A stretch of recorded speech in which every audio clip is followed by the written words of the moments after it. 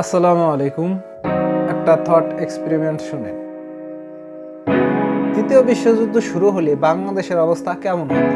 কেউ আমাদেরকে মিসাইল মারা লাগবে না। আমাদের জ্বালানির মজুতের যে অবস্থা, আমরা নিউট্রাল থাকলেও 1-2 মাসের মধ্যে আমাদের দেশে দুর্ভিক্ষ দেখা দেবে। আমাদের দেশে ডিজেলের মজুত আছে 14 দিন, পেট্রোলের 15 দিন, অক্টেনের 18 দিন, আর কিরোসিন 40 দিন। এটার হিউজ ও সময় বেড়ে গেলেও এটা 2 মাস শেষ হয়ে যাবে। 2 মাস পরে সূর্যের আলো ছাড়া আর কোনো আলো জ্বলবে না। বিদ্যুৎ থাকবে না, মোবাইল নেটওয়ার্ক থাকবে না, ইন্টারনেট থাকবে না। এটিএম বুথে টাকা থাকলেও তুলতে পারবেন না, ব্যাংকে টাকা থাকলেও কাজে লাগবে না। গ্রামে গিয়ে কৃষি জমি আর পুকুরের মাছই হবে একমাত্র ভরসা। কিন্তু শহর থেকে গ্রামে যাইতে হবে হেঁটে হেঁটে। গাড়ি, বাস, ট্রাক কিছুই চলবে না। জ্বালানি থাকবে না, রাস্তায় পড়ে থাকবে গাড়ি, কেউ সরানোরও মানুষ পাবে না। হাসপাতালে থাকবে না জেনারেটর, বন্ধ হয়ে যাবে। ফার্মেসিতে ওষুধ থাকবে না।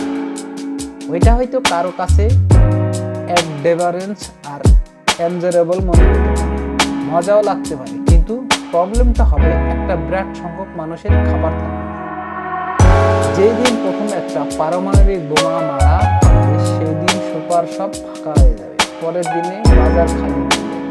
যারা গুদাম করা তার নিত্য প্রয়োজনীয় জিনিসপত্র গুদামজাত করেছে, কিন্তু গুদামেও লুটপাট করা হবে। খোদার কারণে রাহাজানের সৃষ্টি হবে। তখন যাদের কাছে খাবার থাকবে তাদেরকে আক্রমণ করা হবে। ছোট ছোট দল ভাগ হয়ে মানুষ খাবারের জন্য ঝাঁপিয়ে পড়বে। রাত নামলেও অন্ধকার হবে, একদম ঘন কালো। কোনো স্ট্রিট লাইটও জ্বলবে না, কোনো আইনও কাজ করবে না। যার শক্তি বেশি, যার দলের লোক বেশি, খাবার যাবে তার। ওই দিনগুলো আপনাদের কাছে অ্যাডভেঞ্চারাস লাগতে পারে, কিন্তু মজা শেষ হয়ে যাবে, কারণ তখন মানবতা থাকবে না, থাকবে শুধু বাঁচার ভয়। যাদের পেশি শক্তি বেশি, ওনাদের পাতেই খাবার জমবে। দুর্বল মানুষ, বৃদ্ধ মানুষ, বাচ্চারা সবচেয়ে আগে হারিয়ে যাবে। একটা দেশ বোমায় শেষ হয় না। একটা দেশ শেষ হয় যখন খাবার থাকে না, জ্বালানি থাকে না, সাপ্লাই লাইন বন্ধ হয়ে যায়। তখন বুঝবেন যুদ্ধ কাকে বলে। তখন স্ট্যাটাস দেওয়ার সময় পাবেন না, শুধু বাঁচার চেষ্টা করবেন। সংগৃহীত।